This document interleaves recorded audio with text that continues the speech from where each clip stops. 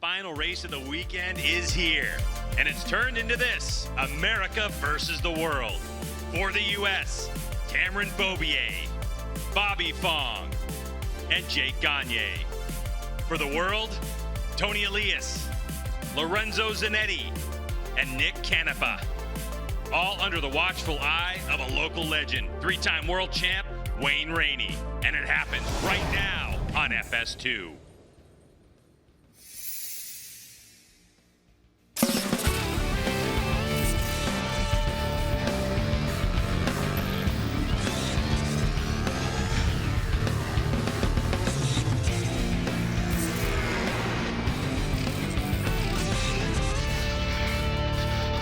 Oh yeah, it's time for the MotoAmerica AMA FIM North American Road Race Championship, our final round for 2020 from WeatherTech Raceway Laguna Seca in Monterey, California. It's the Geico Motorcycle MotoAmerica Superbike Speed Fest at Monterey.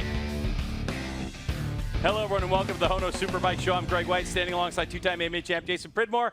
That was a tease, Jason. That was a good one. That was really awesome. Yes, that was great. All right, so the big news here, of course, we're going racing. Cameron Beaubier already has a #1 plate, but for Cameron Beaubier, he is off, he is out, he is going to Moto2. Yeah, I can hardly wait. I think it's a jump that all of us are really excited about. We've got some other Americans that are over there currently. What better place to go for Cameron than let's just go jump right into Moto2.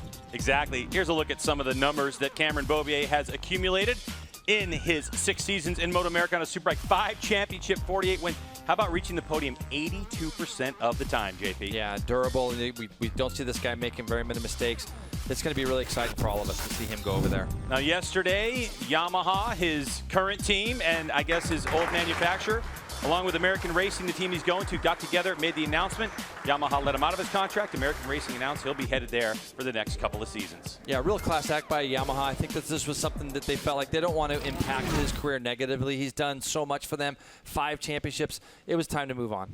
So let's get down to the third member of our broadcast team, Hannah Lopa, who's with Cameron Beaubier. 5 Superbike championships for Cam. He clinched it at the last round, so he's free to enjoy riding this weekend. This is his home race. His family is here. And some big news for Cameron Beaubier this weekend, but let's hear it straight from the source. How are you feeling about this? What's upcoming for you? Yeah, I'm feeling good. You know, yesterday was a pretty crazy day with the whole announcement going to Moto2 with American Racing, and yeah, it was kind of a bittersweet weekend, you know, and definitely trying to enjoy myself as much as I can on and off the bike. But yeah, I mean, my time's coming to the end with Yamaha here.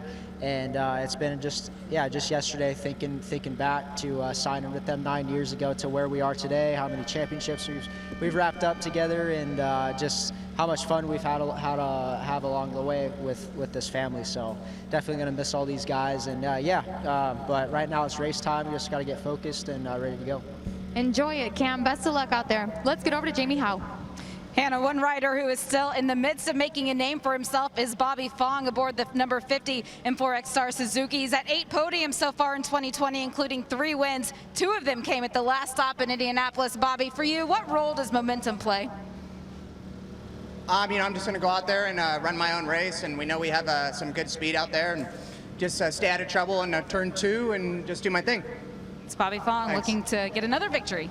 Yeah, and he's been absolutely fast around WeatherTech Raceway Laguna Seca this morning. Let's take a look at the track. 2.2 miles and a lot of left-hand corners for those that love dirt track and elevation. This is your spot. Completely iconic racetrack. And Jason, let's go ahead and take a look at our Cardo track hotspots, because the passing opportunities here at WeatherTech Raceway Laguna Seca are plenty. Well, turn 1 on a Superbike, I can tell you right now, is really exhilarating as you come up over the top of this blind crested turn 1 flat out, breaking down into almost as iconic as the corkscrew. Old turn 2 there.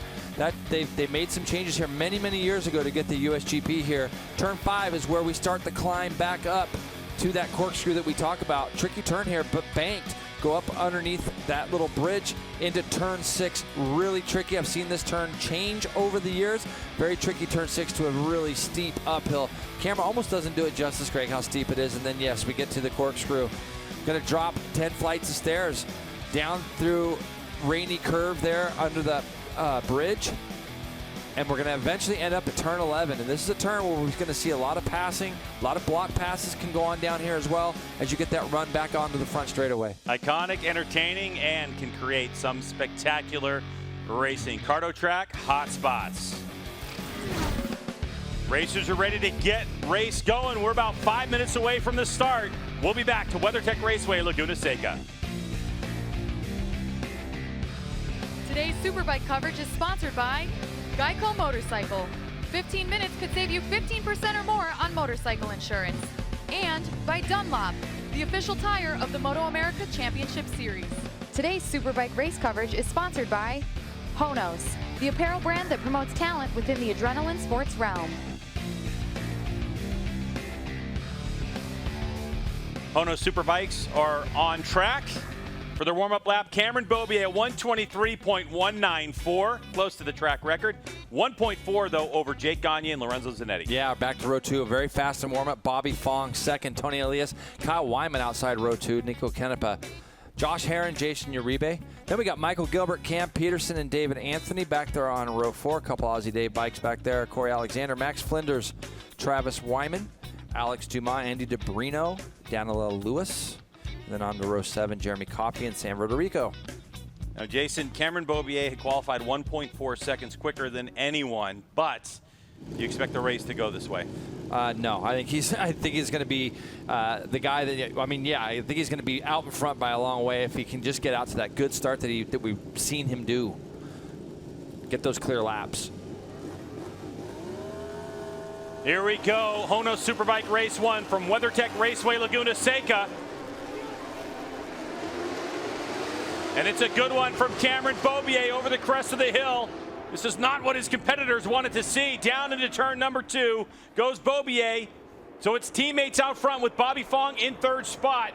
And it looks like everyone cleanly through turn number 2, and off to turn 3 they go. Yep, just looking a little bit further back. Both the M4 X-Star Suzuki's got good starts. They run third, fourth. Looks like Kyle Wyman, good start from row 2 on the inside. Slots himself into 5th place early with Zanetti and Josh Herron just behind. You know, one of the things we know that's going on, Greg, is this guy out front's chasing a couple other records.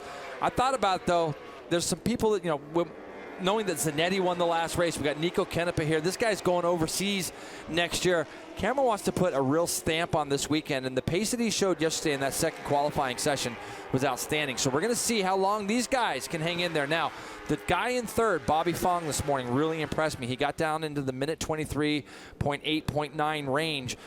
Really, it looked really easy for him. I know it wasn't, but it looked like he has another bike underneath him that he will be able to contend with these two Yamahas up front. A trio of California boys out front: Cameron Beaubier, Jake Gagne, and Bobby Fong. And then there's Tony Elias, the Spaniard, in fourth spot. Tony Elias announcing he will not return to Suzuki for 2021. Yeah, there's a lot of speculation going on in our paddock now that we've got 2 of our main seats open for next year. One at that Yamaha team and the other one at the Suzuki team. So be interesting to see who fills those slots. You can see already we're out to a half-second lead for Cameron Beaubier. Now, the other interesting fact was that a lot of these guys that did their fast times, they were chasing the number 1 in qualifying. I saw a lot of towing around in that session. A couple guys that I didn't see getting big tows. Bobby Fong, I never saw really get a tow. Kyle Wyman, same. As you can see, Zanetti is going to have a look underneath him as they go into turn 5. That HSBK Ducati won one of our last races at Indianapolis that we saw a couple weeks ago. He gets through on Kyle Wyman as they roll off into turn 6. So Wyman on the Ducati Richmond KWR Ducati Racing motorcycle going to go up against that factory equipped. And look at Cam Peterson. He's got Nico Kenepa trying to get up underneath him. This is Cam Peterson, our reigning now new Superstock 1000 champion. He is right in the mix with all of these Superbikes. It's a Superstock bike in the 4th bike in your frame there, the yellow GSXR 1000. He's having a look at Herron as they go down into turn 11. You're going to see the 45 poke out to the right there. Didn't quite make it, but really good stuff from Cam Peterson so far on new tires. Cam Peterson looking great, Jamie. And his big goal for the offseason is to secure one of those rides that you mentioned are now available here in Superbike. But he said if something doesn't come of it, he looks forward to defending that Stock 1000 championship. He had a great run earlier today, and he's really just enjoying being out here. And the rider that he's become, he feels much more confidence in his ability as a rider out with this group of guys. Yeah, thank you, Jamie. And I think that just from sitting here in the seat perspective, this would be the guy I'd be trying to get into a factory or a proper Superbike seat next season. You get him with some of the right people and help him with the electronics. He has shown this year how strong he is. He knows how to win now, and he's doing it very, very mistake-free. So that's total package for Cam Peterson if you put him under your tent. Cam Peterson, number 45 on that blue and yellow GSXR Stock 1000 spec motorcycle, just ahead of Nick Canepa, filling in for the injured rider on the Westby team, Matthew Skoltz. We know Skoltz is watching and wish him a speedy recovery. He has signed an extension to ride for the Westby team for next year. So Canepa is also the World Superbike test rider for Yamaha. So a huge opportunity for the Westby team. Talking about the number 59, trying to go up the inside of Peterson. He gets that done, but a huge opportunity for the Westby team to get feedback from the World Superbike R1 developer. And also, Nico Canepa rides in World Endurance for Yart, Yamaha Austria. So he's been a mainstay with that team, doing tons and tons of laps, obviously, in that championship, in the World Endurance Championship, the 24-hour Le Mans, 24-hour Bull d'Or, to name a couple. So he's got tons of miles on the R1. So anything that he may have been able to bring to the Westby team, there's probably a lot of knowledge with Nico as far as the laps he's been able to put in as he gets a good run out of turn 4 now. He's going to look up the inside of Josh Herron, going down into 5 a little bit too far back. A lot of international flavor in this race, Hannah. Yeah, Greg, I mean, there's so much news surrounding Cameron Beaubier and leaving to go to Moto2, and so many riders in our series want to follow in his footsteps. But at the same time, the level of competition in MotoAmerica is so high that we're attracting riders from all over the world. Currently on the racetrack today, we have 9 different countries represented: Australia, England, Mexico, Brazil, Spain. You mentioned Nicola Canepa, and we have Zanetti from Italy, South Africa and Cameron Peterson, Canada, and of course, United States. Jamie, you have more? We go back to Nick Canepa, and I spoke with him earlier. He said that he has all of that experience on the R1, but the bike that he's used to riding is a little bit of a different configuration from this one from Westby Racing. The tank is in a different place. The ergonomics are a little bit different. But above all that, he's had to figure out how to ride on these Dunlop tires, particularly with the front feel of the motorcycle, and that's been the big focus as they headed into race day. As we watch the battle for second between Jake Gagne on the 32 and Bobby Fong on the 50, Jay, I want to add to that on the Canepa situation.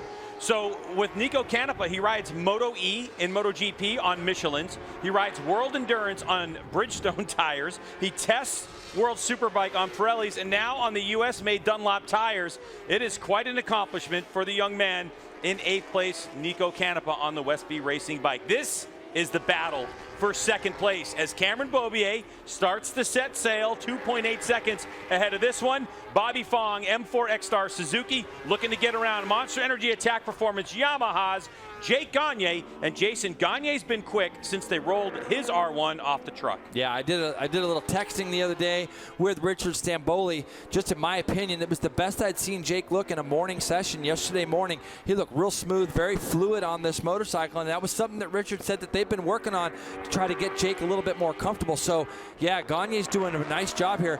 I feel like Bobby's just looking for the right spot to make this pass. You could see even last lap, as they came out of here in turn 11, Bobby gets a tremendous drive. He's just got to try to get himself close enough to jam that Suzuki up underneath that Yamaha. Maybe he's going to do the crossover here as they go down into turn 2. Still not quite able to do it. Gagne, obviously one of our late breakers, big late breakers is Gagne. But Bobby Fong, I know, has pace. When we look at the pace he's at now, they're doing 25.0, 25.1 for the two guys here you see on our screen.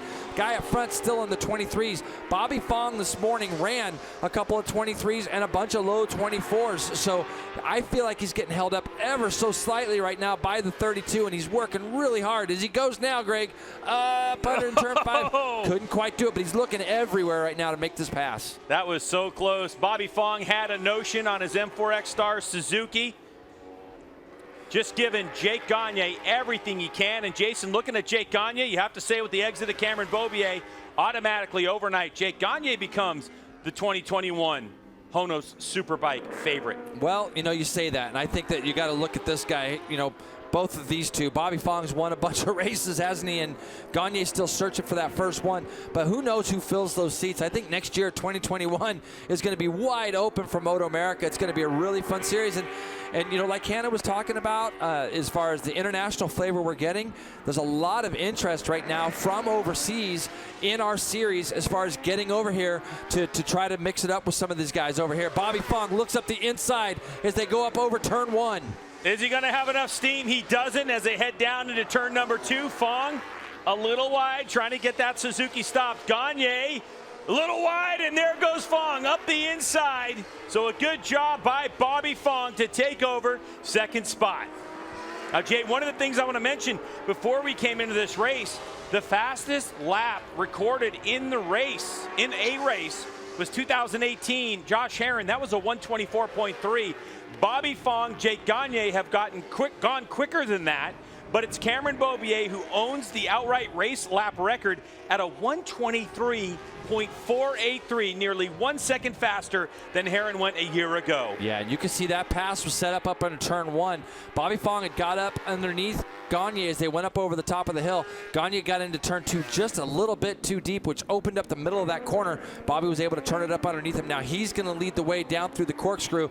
Gagne is going to go to school now and work on whatever Bobby Fong is doing, he wants to try to do with him. Will be interesting to see if Bobby Fong can jump himself down into the 24s. Last time through for Cameron Beaubier at 24.1, so he's still living in those high 23s, low 24s. All the while, it looks to me, Tony Elias back there also starting to close in, and you could see Zanetti kind of closing in on Tony, so we could have a big battle coming up here. Cam Peterson goes underneath Josh Herrin in turn number 11. These two guys are locked in a position for 8th and 9th. As you can see, Herrin's going to go back past Cam as they go down that front straightaway up over the top of turn 1. Yeah, I mean, that was a nice pass by Cam Peterson in turn 11, but let's face facts. This Scheibe Racing BMW in Superbike trim is an awfully fast motorcycle stacked up against the stock 1000 of Cam Peterson. So Josh Herrin, and Cam Peterson going to have a look. I mean, that's where he's got to do it, though, Yeah, Jason. When you're on a stock 1000 bike, that's not full-blown Superbike spec, meaning there's a lot more adjustments, a lot more things you can do to a Superbike than a stock 1000 machine. They're based off motorcycles that you buy off the showroom floor. Of course, Josh Herrin on an older model BMW and Cam Peterson on the newer model GSX-R 1000, but different when it comes to acceleration and available electronics to dial it in. And that number 2 has been working really hard on that BMW this year. I heard an interview with him earlier on today talking about how he'll find a setup and he'll get to that setup on Sunday and he'll have a go like he did at Indianapolis. We saw him with a real strong run at Indianapolis. I believe he finished 4th, Greg, or 5th, but he was only 3 seconds out of 1st. And the problem is that a lot of the setup stuff that they get from one track really doesn't apply to the next. So he always feels like he's starting over again. And now you can see Cam going to try to get that drive out of here again and do something with Herrin into turn 11. He's not able to. So for both these guys, 2 different types of programs. Herrin's really brought that BMW to the forefront this year with that Scheibe team. And of course, our champion there, Cam Peterson, he's just doing everything he can to secure the Superbike Cup as well. Yeah, we'll talk more about Superbike Cup a little later, but $25,000 up for a stock 1000 competitor in HONOS Superbike. It's been going on all season long, and there is your Superbike Cup leader. Currently can wrap this one up and take home another 25 grand in prize money from MotoAmerica. But Josh Herrin, earlier this season, race number 2, put that Scheibe Racing BMW on the podium. A bright spot for Steve Scheibe and his team, and they've been chasing another podium appearance. This battle that we're watching right now is for 8th place. It looked like there was some corner workers there. There's a bike down in turn 5. Didn't see who it was, but I could, is it? Fonger! Bobby Yes. Fong is down! Wow! So Bobby Fong out of 2nd place. Wow. As he starts to tumble down the leaderboard with his motorcycle in the gravel trap right next to that air fence. And they had just jumped back down to the 24s like we suspected. Bobby Fong goes 24.8. And when we looked at he was on a fast first split, I could just see the top of the corner workers. And generally when I could see them, that means that something had gone on. So really bummed for Bobby Fong there. Obviously pushing. This guy's got a 9.2 second lead now over Gagne, who in turns only got 1.2 now over Tony Elias. So Cameron Beaubier having things his own way at the moment. Here you go, here's a shot of Gagne, who probably had a front row seat of everything that just happened right in front of him as they went down to turn 5. Tony Elias now, just like I say, 1.2 back. Tony a little bit quicker than Gagne that last time through. So Tony Elias now on the chase to try to capture Jake Gagne. Tony Elias on one of 3 last rides on a Suzuki. Of course, Tony Elias, a storied career in MotoAmerica. And talking to Tony Elias about his future, there's a discussion about what he's going to do. His intention, Jason, is to stay in MotoAmerica, stay in the United States, and to still compete in the HONOS Superbike class. Tony feels that his riding development has not stopped, even at his age. He is looking to better himself, improve as a motorcycle rider, and get on a different piece of equipment to test his abilities. The Moto2 world champ, Tony Elias, hoping to stay right here in the United States and put another national championship #1 plate on his bike. There's Bobby Fong. He gets his M4X Star Suzuki moving again. The attempt to get it back to the pits. Can't imagine he's going to continue on the race in this one. No, you can't fault this guy. He's just going to get that bike back, get his team some time to start getting to work on that bike. And Bobby's been riding so hard this year, but a couple little mistakes here and there, but he's pushing. And you can see Tony Elias is doing the same, pushing right now to try to catch up on, get on the back of Jake Gagne. Both riders that time, minute 25.4 for the 2 of them. So these guys are still going at it. Herrin and Cam Peterson locked into each other right now for a battle for 7th. Who do you think's having more fun out there, Josh Herrin or Cam Peterson right now? It seems like for Cam Peterson, he's just that fly in the ointment for Josh Herrin. Yeah, well, Cam right now has just got to be enjoying his riding. He's on a bike that he obviously feels very comfortable on. He's won a championship this season. I mean, really, when you come into Laguna and your championship is locked up, you can really go and enjoy your races. For Herrin, I'm sure he's still trying to figure out how he can get this bike working a little bit better around Laguna Seca. I know he doesn't want to be 25 seconds behind Cam Beaubier right now. And you can see just behind them, Jason Uribe. Really nice to see the Northern Californian back here with us on that Honda. The lone representative for Honda is Jason Uribe. So he is just behind these guys, doing right around the exact same pace as them. Bobby Fong in the pits, getting his helmet off, and Josh Herrin and Cam Peterson continuing their battle. Now, because of the exit of Bobby Fong, this battle is for 7th spot.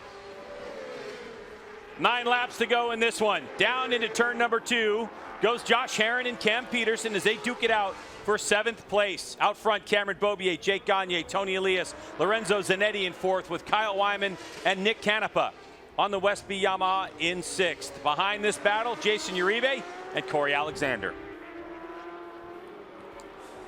Yeah, these guys are just working on each other. We still got 9 laps to go, and it's just really going to be about how much Josh can keep the tire underneath him to try to keep Cameron Peterson at bay. I've seen that bike bucking around on him a lot so far early. You can see the drives that Cam Peterson's able to kind of get off these corners right now over the BMW. Josh Herrin in the conversation with these seats that are open for 2021. He once again has another season where he's impressing enough people. There's an open seat at the M4X Star Suzuki team. Well, actually, technically, Jason, there's 2 open seats. As Tony Elias has announced, he is gone. He's leaving the Suzuki fold. And the deal hasn't been quite sealed yet for Bobby Fong at M4X Star Suzuki. So those rides are open. And then, of course, Jake Gagne on a 2-year deal with the Monster Energy Attack Performance Yamaha team. And Cameron Beaubier is exiting that seat. So not only Josh Herrin's name, Cam Peterson as well. Hannah, what's going on? Well, after a pretty successful weekend at Indianapolis last round, I just spoke to a very disappointed Bobby Fong. He's up and okay. He was just kind of eager to get away from Jake Gagne, got in a little too deep and lost it. So hopefully he can get the bike back together in good working order for tomorrow. It's a really interesting turn to do it into, Greg, because when you come from the flat, you come from turn 4 down that straightaway, and when you start you're braking as much as you can upright, and it does go camber. But if you overdo the braking just a little bit as you're tipping in before you get to that cambered part, it's pretty easy to lose the front. We've seen some of the best in the world do that, and today it happened to Bobby Fong. Marching forward, M4X Star Suzuki's Tony Elias. Last time by, Elias was able to grab 0.2 of a second over Jake Gagne, who's in second spot. Gagne starting to fall victim to Tony Elias. Gagne will get a look on his pit board. He'll get information saying that Tony Elias and that Superman helmet is closing fast. Cameron Beaubier, 11 seconds out front of this battle. And now it's down to just 0.3 of a second as Elias was able to get back 0.4 in that last lap. Now Nick Canepa, 59. Closing in on 33, Kyle Wyman. Boy, Jay, I think that, the introduction of Lorenzo Zanetti, who's up the road a bit on the 87 on that Warhorse HSBK Racing Ducati New York entry, has stolen some of the thunder of Kyle Wyman and this privateer Ducati effort, where Wyman's put together an outstanding program all year long, has had his share of podiums, had a couple third-place finishes, has the number 33 on the Ducati Richmond KWR Ducati team. But Jay, as we go back up to the battle for second place between Gagne and Tony Elias, Tony has arrived. Yeah, Tony's going to take a shot quickly. Whoop. Probably a little bit of a mistake there as he comes down through the corkscrew. But as we've seen so many times, he closes down a lot there in the entrance in the beginning of turn 9. But we've seen Tony take shots. If you just watch the lines that Tony takes, he just gets into turns quite a bit tighter, gets that bike inside, turned, even down into turn 10, almost on the white part of the racetrack. If you see next time we go through there, you'll be able to have a look at it. But even here, he'll probably take a shot down into turn 2 right off the bat, Greg, because he's close enough. Just going to be a matter of not this lap, but this is where we've seen him pass people before, getting down to the inside of them, but might take him one more lap. That little mistake that in the corkscrew cost him a little bit of time. Well, Jason, you covered how strong Jake Gagne was when they unrolled yesterday. That was not the case for Tony Elias. They only did 4 laps in that first practice session. They had major clutch issues, and he said because of that, they were behind and they weren't really able to do the setup work that he needed, but they worked really hard overnight. They went 1.4 seconds faster this morning than they did yesterday on the exact same tire. And just to stir the pot a little bit on those open seats, Tony Elias is saying here on Monday to test for a different manufacturer. He'll be riding a Ducati. Yeah, it's going to be interesting to see how everything works out there, Jamie, because we know Tony still wants to stick around, and we have 2 Ducatis in our paddock and rolling, so it'll be interesting to see how that works out. Jason, in talking to both of these riders, both Tony Elias and Jake Gagne expressed to me that engine braking and getting that really dialed in the electronics was going to be crucial here this weekend. If they have too much engine braking, it's going to make the rears skatey, and if they have too little and too much freewheel, it's going to force them into the corners when they're really trying to slow down. So it's important for both of them to have found that balance within the electronics, and I wonder how much of a difference that it could make for the results. That can make a huge difference when we talk about electronics. And Jay, since first thing Friday, before they even turned a wheel in HONOS Superbike, I went right to this team and we're asking them about it. And it's all about that engine braking. Things have gotten so refined for the Monster Energy Attack Performance team that's part of what they're talking about. A mainstay is about getting that motorcycle slowed down, stopped, and not have it sitting there skating on top of the asphalt or just letting it sail right into that corner. Well, and every rider's a little bit different. Every rider has that sensitivity that they're looking for when it comes to going into corners and the amount of engine brake that they want. That said, Greg, at this track specifically, the engine brake, what it does is it helps you kind of in 2 ways. It's going to help you not only get the bike slowed down, but it's going to allow your RPMs to stay in a range where you're going to be able to do something when you open the throttle up. If you don't have that much engine brake in certain spots, you're going to be pulling on the lever, which then decreases the amount of RPMs you have, and you're not allowing the motor to kind of keep where it needs to be in the right RPM range. Like looking even down through here in the corkscrew, they need that engine brake to help them slow down at the top, but they also need to be able to maintain and modulate the throttle as they go down through there. Just looking at the difference between the Yamaha R1 of Jake Gagne and the GSX R1000 of Tony Elias, the way that these riders have those motorcycles set up currently, it looks like Gagne is able to get off the corner a little bit more efficiently, get it up on the meat of the tire a little quicker than Tony Elias. That could pose some problems as we only have 4 laps to go in this one. Is how much tire does Tony Elias have left on the edge of the tire? Because it looks to me, Jason, you know better than I do, that he's on the edge of the tire a little longer than Gagne is in some of these corners. He just gets it turned in earlier and straighter, and it's going to be difficult because Gagne breaks so deep. And I remember years ago when Tony very first came here, he got into a pretty big battle. I believe it was with Josh Hayes, and he was kind of dive bombing a little bit in certain spots. It's going to be a lot harder for him to do that with the lines that Jake kind of runs, especially down into that turn 2. But you'll see that his tip-in points are usually a little bit earlier than Gagne, especially when they come down that run from the corkscrew. Gets down into Rainy Curve a little bit tighter. He gets into turn 10 a little bit tighter. So it's the way that Tony rides. It's a little bit different. Obviously, it's very, very effective, and he's just got to try to figure out a way to make it work for him. So Jake Gagne in second place, Tony Elias in third on that M4 X-Star Suzuki, the only rider since MotoAmerica began to grab the #1 plate away from Cameron Beaubier. And that transition from left to right in the corkscrew seems to be giving Tony some troubles as far as getting the bike from the left to the right. You do go up over the top of the hill there, of course, so it's going to unweight the suspension, but it just looks like he's not quite able to get the bike to flick the direction he wants to do as quickly as he'd like, because going down into turn 9, he is a little bit tighter. If he could get out of the corkscrew with Jake, he might be able to try to sneak up underneath him. Tony did have a look over his shoulder as he came out of turn 10 down into 11 just to see who's behind him. Lorenzo Zanetti is about 4.8 seconds behind Tony Elias. So Elias is in a solid podium position at the moment in third, but he won't be satisfied with that as we have about 2.5 laps to go in HONOS Superbike race #1 with Beaubier out 11 seconds ahead of this battle. Zanetti still in fourth. A lonely ride for the Italian ahead of Kyle Wyman and Nick Canepa, who's here filling in for Matthew Skultz. And then Heron, Peterson battle, Uribe on the Honda, and Michael Gilbert in 10th spot ahead of Corey Alexander, with Alex Dumas, one of our young rising stars, in 12th spot.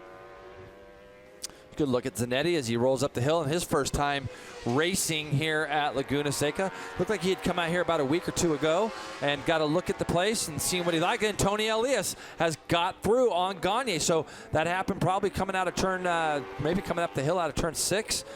Maybe got a drive. So now let's see if Elias is able to pull away and hold on to this position, Greg. I still think he's got a lot of tire left than it does Elias right now. The bike doesn't seem like it's moving around that much. Looks pretty solid underneath him. Yeah, it looks absolutely good. And so Tony through turn number 11 on the gas with that Suzuki. He gets it upright. And Jake Gagne, left hand was off the bar there for a moment. Not sure if there was something going on with Gagne all of a sudden. And we've seen that a couple times this year where Jake's had a little bit of issues, so I'm not sure what that problem is, because that gap now has opened up a ton. So we're going to keep an eye on that. You can see Zanetti just in the background there. Jake's got to hold on for about another 1 3/4 laps, but something for sure has caused this big gap to open up. Yeah, but he's got an issue, Greg. You see him hand up again a little bit as he comes out of turn 3 or turn 4 onto turn 5 here. Yeah, he was 4 seconds slower that last lap than his fastest lap of the race, and almost a second slower than Tony Elias. So Elias gets by, goes into second spot.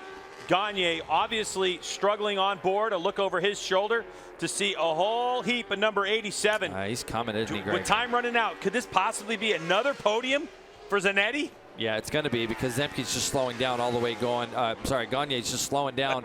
Did I just say Zemke? Jake's going to love me for that. So, yeah, Gagne coming up that hill. He's got a big problem. He knows that Zanetti's coming right now.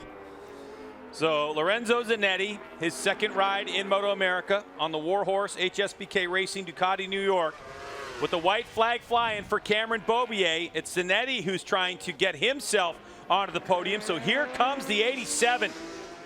That Works Ducati spec machine, that customer bike that anyone can purchase, was in a crate just a couple of weeks ago, and there he goes right by, no contest. I feel bad for Gagne. I just feel so bad for him, because we've seen this a couple times now where something is going on and I'm not really quite sure what it is.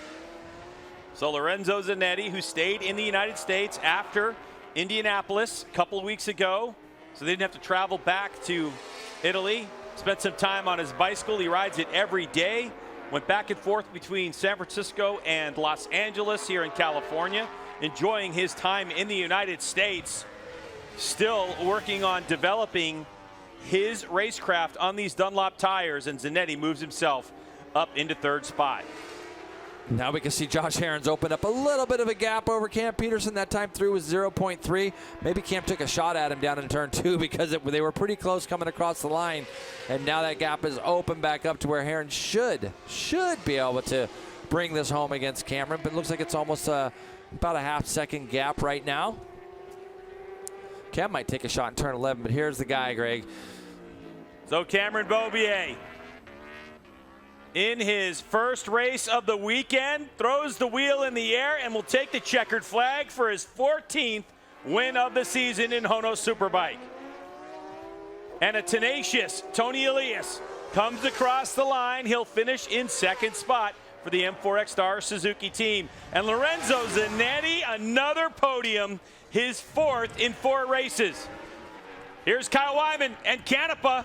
So Wyman and Canepa coming to the line, and Wyman will use that Ducati horsepower to hold off Canepa for 5th spot. And Herron,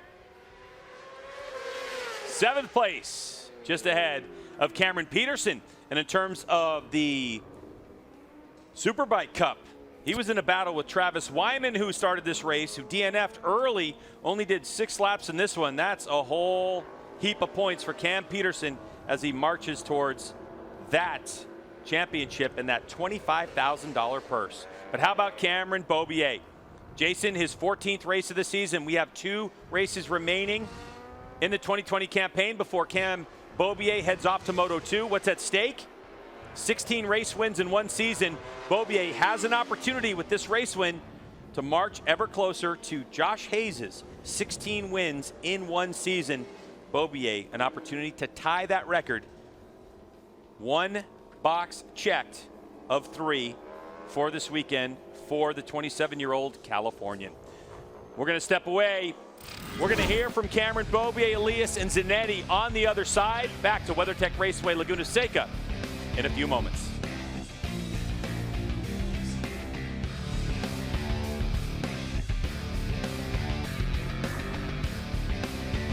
Today's Superbike race coverage has been sponsored by Dunlop, the official tire of the MotoAmerica Championship Series. Our 20-lap final is done.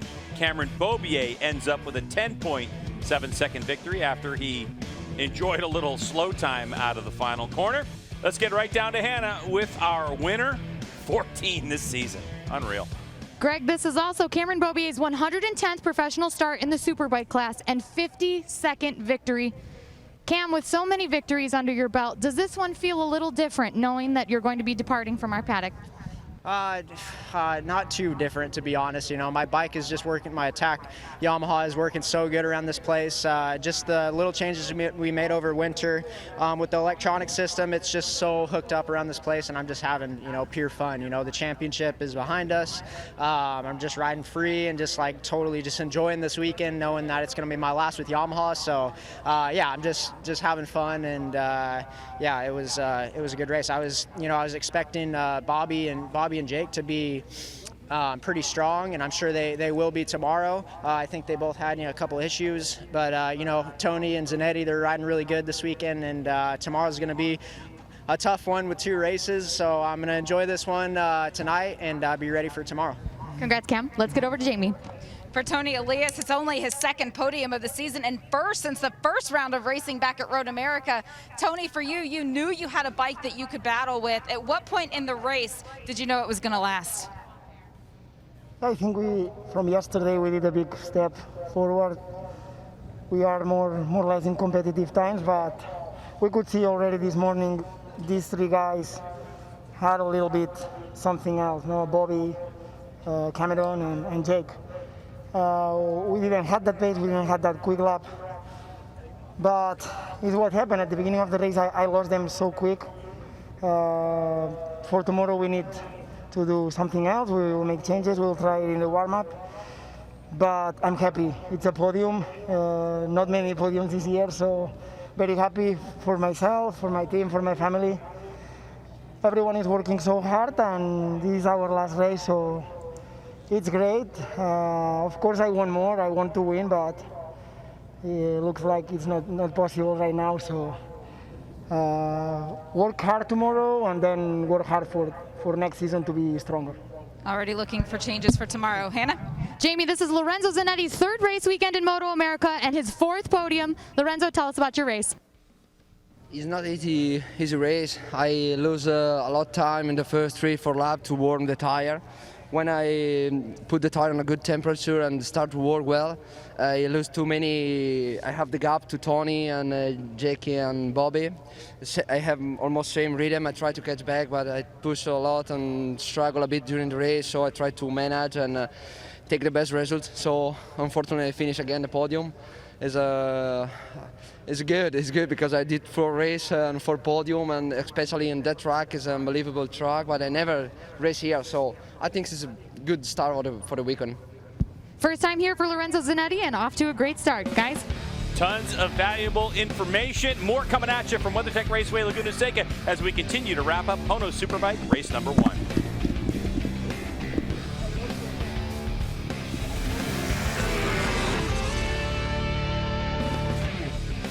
Welcome back to WeatherTech Raceway Laguna Seca. Cameron Beaubier enjoying the top step of the podium for the 14th time this season. A chance for us to get down to Hannah Lopo with more. Our 2020 Stock 1000 champion, Cameron Peterson, finished 8th overall in today's Superbike race, but he clinched that Superbike Cup championship as well. Cam, how'd you do it? Yeah, it's, you know, just been a great season all year round, and yeah, the Superbike Cup Championship's just kind of a bonus. You know, I'm out there just trying to race the Superbikes, and you know, it's pretty cool that they gave us the opportunity to win some money and gave us a little bit more incentive to try a little bit harder in the Superbike race and you know, see if we had anything for them. But just such a good year of racing. I mean, my team, they've been busting their butts all year. They've given me a machine that works and runs. And yeah, like I said, it's just been such a good year of racing and just positive vibes all year round, and I think that's made the biggest difference. So yeah, pretty cool to get those 2 championships on lockdown, and yeah, looking forward to Sunday night and then start working towards next season. And a pretty nice purse for Cam. Congratulations, guys. Yeah, $25,000 for that win. Pretty decent. Don't spend it all in one place. Cam Peterson. Great job for him and his Altus Motorsports team. More coming at you from WeatherTech Raceway Laguna Seca as our coverage will wrap up after this break.